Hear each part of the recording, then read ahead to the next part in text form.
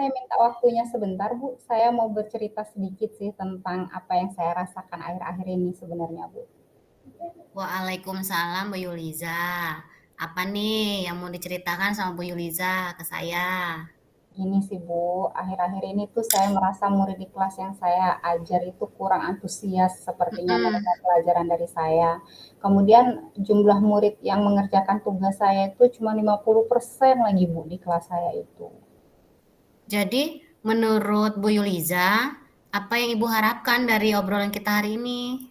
Sebenarnya saya mengharapkan sekali, Bu, solusi atas permasalahan yang saya hadapi, terutama tentang antusias murid-murid dalam pembelajaran saya, Bu. Jadi menurut Bu Yuliza, apa saja yang membuat murid-murid Bu Yuliza kurang antusias dalam pembelajaran bersama Bu Yuliza? Kalau saya ingat kembali, kayaknya yang menyebabkan murid saya itu kurang antusias, Bu, yang pertama itu pembelajaran saya itu sedikit membosankan karena terlalu monoton, kemudian saya itu yang terlalu dominan untuk berbicara.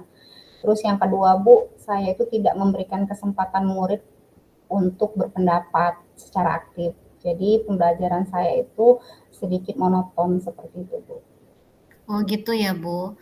Kira-kira apa saja yang dapat membuat murid Bu Yuliza antusias dalam pembelajaran Bu Yuliza?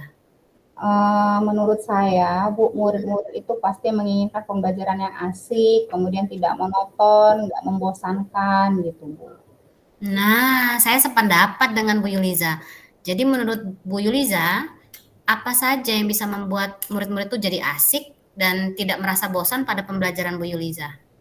Nah, menurut saya, Bu, pembelajarannya itu sepertinya harus berpusat pada murid, kemudian murid itu diminta untuk aktif di pembelajaran, mungkin seperti harus ada ice breaking ataupun game sepertinya, Bu, supaya pembelajaran itu lebih menarik. Lalu Bu Yuliza, mengenai tugas yang diberikan kepada murid-murid. Apakah penyebabnya sehingga murid-murid itu kurang antusias dalam pengumpulan tugas ya? Nah, kemungkinan itu, Bu, sepertinya tugas saya itu terlalu banyak dan isinya itu banyak pertanyaan tanpa saya memberikan sumber belajar yang beragam dan mengasihkan sepertinya, Bu. Kalau boleh tahu, Bu Yuliza, menggunakan sumber belajar apa yang dipakai di kelas, Bu? Nah, selama ini biasanya itu saya menggunakan buku teks yang ada di perpustakaan, Bu. Selain sumber belajar yang menggunakan buku teks, ada yang lain? Saya pikir sih banyak ya, Bu, sumber belajarnya seperti YouTube, artikel di blog, tulisan ilmiah internet, atau bisa juga kayak kita sekarang, Bu, aplikasi yang sedang tren seperti TikTok atau Reel Instagram seperti itu. Nah, betul itu Bu Yuliza. Saya yakin sekali kalau Bu Yuliza bisa menggunakan berbagai macam sumber belajar, pasti akan membuat murid-murid antusias dalam pembelajaran. Iya. Jadi, sekarang apa rencana Bu Yuliza untuk menyelesaikan masalah ini?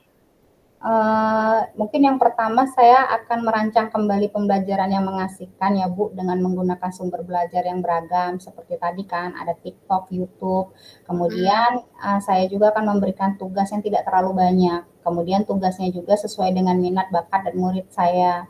Setelah saya melaksanakan pembelajaran diferensiasi sehingga murid tidak terkesan dipaksa, tetapi mereka memang senang mengerjakan tugas saya, misalnya menggunakan bentuk drama atau lagu, puisi, pantun, dan laporan digital lainnya seperti itu, Bu.